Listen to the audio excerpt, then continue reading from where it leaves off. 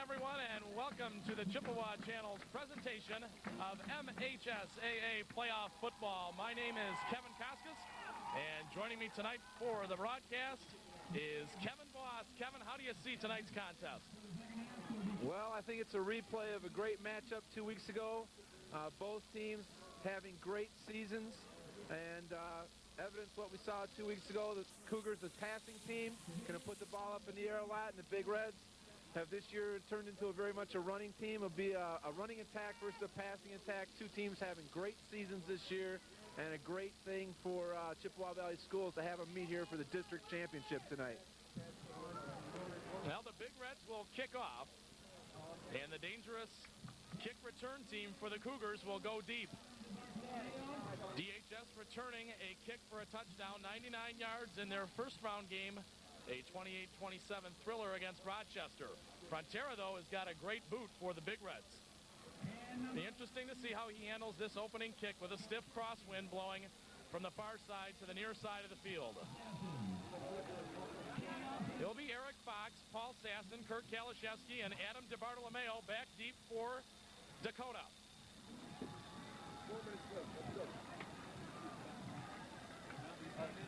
And Bobby Frontera will kick it off for Chippewa Valley. We're just about ready to get underway in what should be a good one.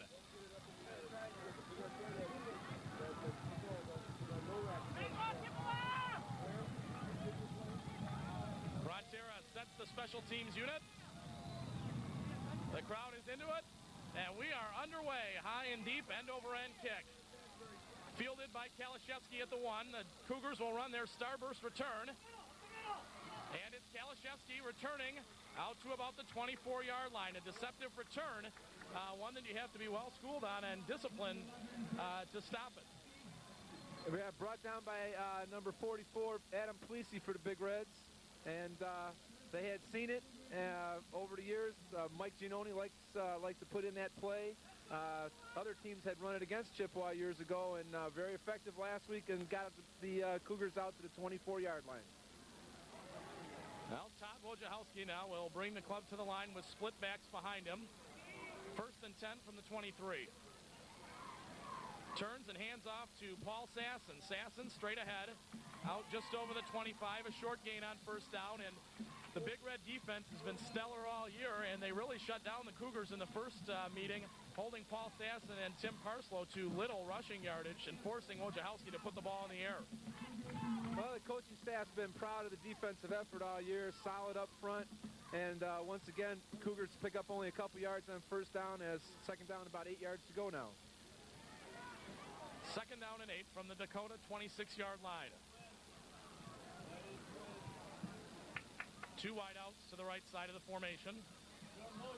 Motion.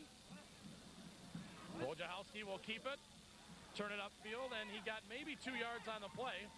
Todd was effective running the ball in the first meeting, but didn't get a whole lot on that play. It'll bring up third and about 7. Tackled by Lemazny on the play, and Chris Lemazny, an outstanding two-way star for Chippewa Valley. Yeah, big emergence of Chris this year. Done a great job as a running back, over 1,000 yards in only just over 5 games. And defensively has been a stalwart at linebacker all year for the Big Reds. Very, very tough kid. And it's third down for the Cougars. Third down and close to 6 at the Dakota 27.5-yard line. 3 wide out, split backs behind Todd Wojciechowski, the senior quarterback. Todd yet to throw. Turns, fakes, he's in trouble, scrambles out, pumps, and will go down at the 19-yard line. That's Brett Hauser on the sack, and he'll bring up 4th down for Dakota. Brett, and all Macomb County pick, I think, this year, did a great job of initial pressure. Todd got out of it and rolled out to his left, and Hauser was able to trap him for a short loss back there. Number 19, Eric Bauer, and Brandon Thompson back deep now for Chippewa Valley, and Tim Parslow will kick it away for the Cougars. Low snap, Tim fields, and gets off a very low end-over-end kick. Hits at the 44, takes a Dakota bounce into Chippewa territory, and it'll be down at the 48, where the Big Reds will set up with good field position for Jim DeLiz and company. Yep, Big Reds take over at their own 48-yard line after a 33-yard punt. It'll be 1st and 10 for the Big Reds. DeLiz, the quarterback. Cleveland and Pfefferman split wide left. Eddie Achigi in the tight end. In the backfield, Lemazny and I think Hauser, the up back. DeLiz over center. Hands off to Lemazny on the left side. Nice job by the Cougar defense as Lemazny picks up about 2 yards. Tackled by number 20 for the Cougars. And Sean Vigneault, and Sean's had a great season thus far for Dakota. He's led the team in tackles several times. He's had as high as 16 tackles in his last game against Rochester, and Coach Ken Thole loves the effort from Sean. Well, down marker says 1st down, but the Big Reds are 2nd down, about 8 yards to go, just inside Cougar territory. DeLiz, the quarterback. Cleveland wide left, handoff. Keeper by DeLiz, hit once, continues on the left-hand side, but the Cougar defense swarms for no gain. It'll bring up 3rd down, about 8 yards for the Big Reds. Kurt Kalashevsky with a nice job on that play, keeping outside contain and forcing Jim to go back out inside. Cougars defense very, very concerned about the triple running threat of the Big Reds in Jim DeLiz, Brett Pfefferman, and Chris Lemazny. Yep, last week all 3 players over 100 yards and Chris Lemazny over 200 yards.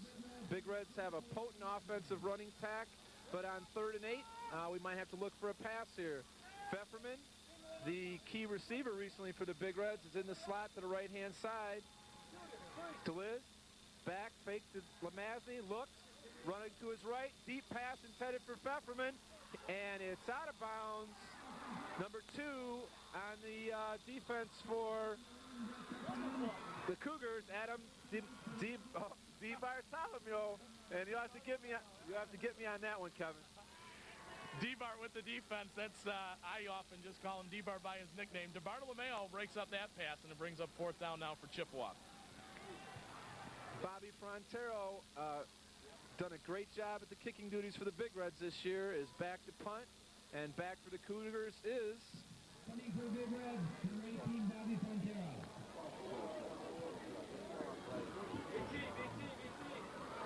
short kick again. Hit by Brandon Thompson of the Big Reds at about the 12-yard lines, and the Cougars will take over. And who was that back there, Kevin? I missed his number. That was Jared Schultz, junior defensive back and punt returner, who's had a decent season as a punt returner. Hasn't gotten a whole lot of opportunities. He let that one roll, and it was down at about the 12-yard line. So in a battle of field position early on here, the Cougars will start deep in their own territory. Well, those silver numbers, I'm going to make a little complaint here, but it's hard to see the silver numbers, but the uniforms do look good. 1st and 10 for the Cougars at about the 13-yard line.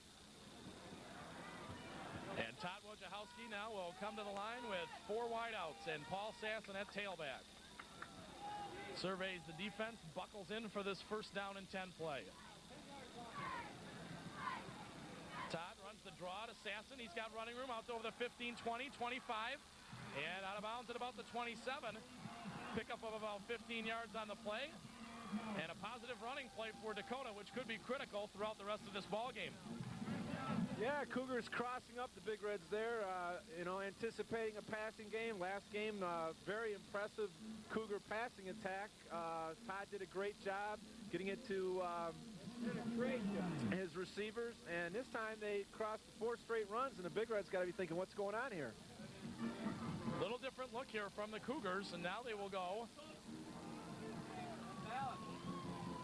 with motion. Dave Reeling to the near side. Handoff to Sasson, running right. He cuts it inside, out over the 30, flags into the pile. Ball is out over the 30-yard line, and we'll wait for the call from the officials on the laundry. A lot of flags out there. I see 3 of them as the referee picks his up and indicates face mask against Chippewa Valley.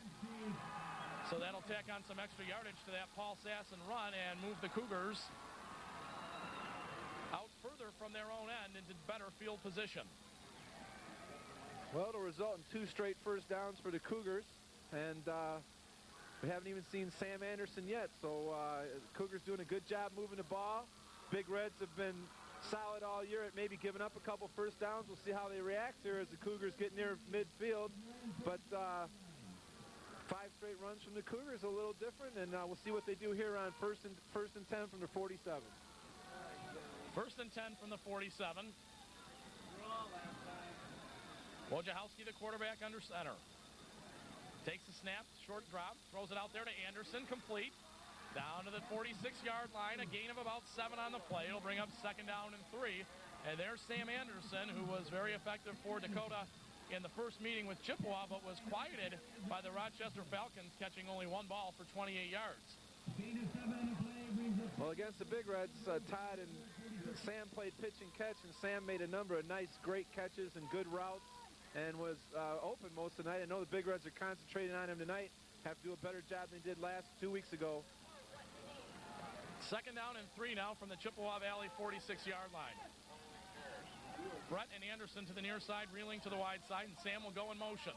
Here's the handoff to Sasson, flea flicker. Wojciechowski will throw it deep. He's looking out there, and it is incomplete. Intended out there for Dave Reeling and broken up at the 10-yard line with some outstanding defensive secondary play by the Big Reds. And that's number 19, Eric Bauer, for the Big Reds back there. Wide receiver was open for a second. Cougars had tried that, I think, the opening play in the first game, and came back with it here on second down. Took a chance to get 6, and Bauer did a great job to break that up. Well, now they will face a critical third down play and send trips out to the left. Sasson, the lone running back. And Wojciechowski will give to Paul. Paul up the middle, 40, 35. Inside the 30, 25, 20, and he's going to go down to the 2-yard line. Big pickup for Paul Sasson, sets the Cougars up in scoring territory inside the 5-yard line. Well, a great play by the Cougars. Big Reds probably expecting a short pass, probably to Sam or one of the other fine receivers. And the Cougars come out and again cross up the Big Reds by keeping it on the ground on a little trap inside. Big yardage, I don't even know how many yards that was by Sasson, down to about the Big Red 2, and the Cougars are knocking on the door. Big Reds need to stiffen here if they're going to stop the Cougars from getting on the board first. Well, Dakota now will come to the line with their short yardage package, and both teams running similar goal line type sets and offenses, so it'll be interesting to see how the Big Red defense plays this one. They'll send Parslow in motion and hand it to Sasson. He is stood up right there at the 3-yard line. Lucky to get back to the line of scrimmage. It'll bring up second down and goal. And the entire left-hand side of the Big Red line was there. Matt Way, one of the real solid performers all year long for the Big Reds, met Sasson at about the line of scrimmage and no gain on the play. Well, let's see what bag of tricks Coach Giannone and the Cougars have up their sleeve now on second down and 2 from second down and goal from the 2-yard line. Well, Todd comes to the line, and he has Parslow at tight end. Anderson in the slot, reeling out wide to the right. Now he'll go in motion right to left. Hand off to Sasson once again. He darts in for the touchdown. Touchdown, Dakota Cougars, with 5:19 to go in the first quarter. So an 88-yard drive for DHS gets them on the board, 6-0, and mostly done on the feet of Paul Sasson. Well, you got to admit, it's very impressive. Cougars have shown to be a passing team in most of this year. Sasson did a great job and great play calling to get them on the board first, and now here comes the extra point attempt. Brian Henderson, the left footer, will kick from Jason Thol's hold. Here's the snap, the placement, the kick is on the way. And Henderson's kick is good. So with 5:19 to play in the first quarter, the Dakota Cougars lead the Chippewa Valley Big Reds 7-0. Well, definitely a change up there by DHS on that drive. You're right, Kevin. They've thrown the ball all season and went with the ground attack to get their first touchdown. It will be up to the defense now to stiffen and try and stop that potent Chippewa Valley running attack, which can explode and be as explosive as any passing attack anywhere.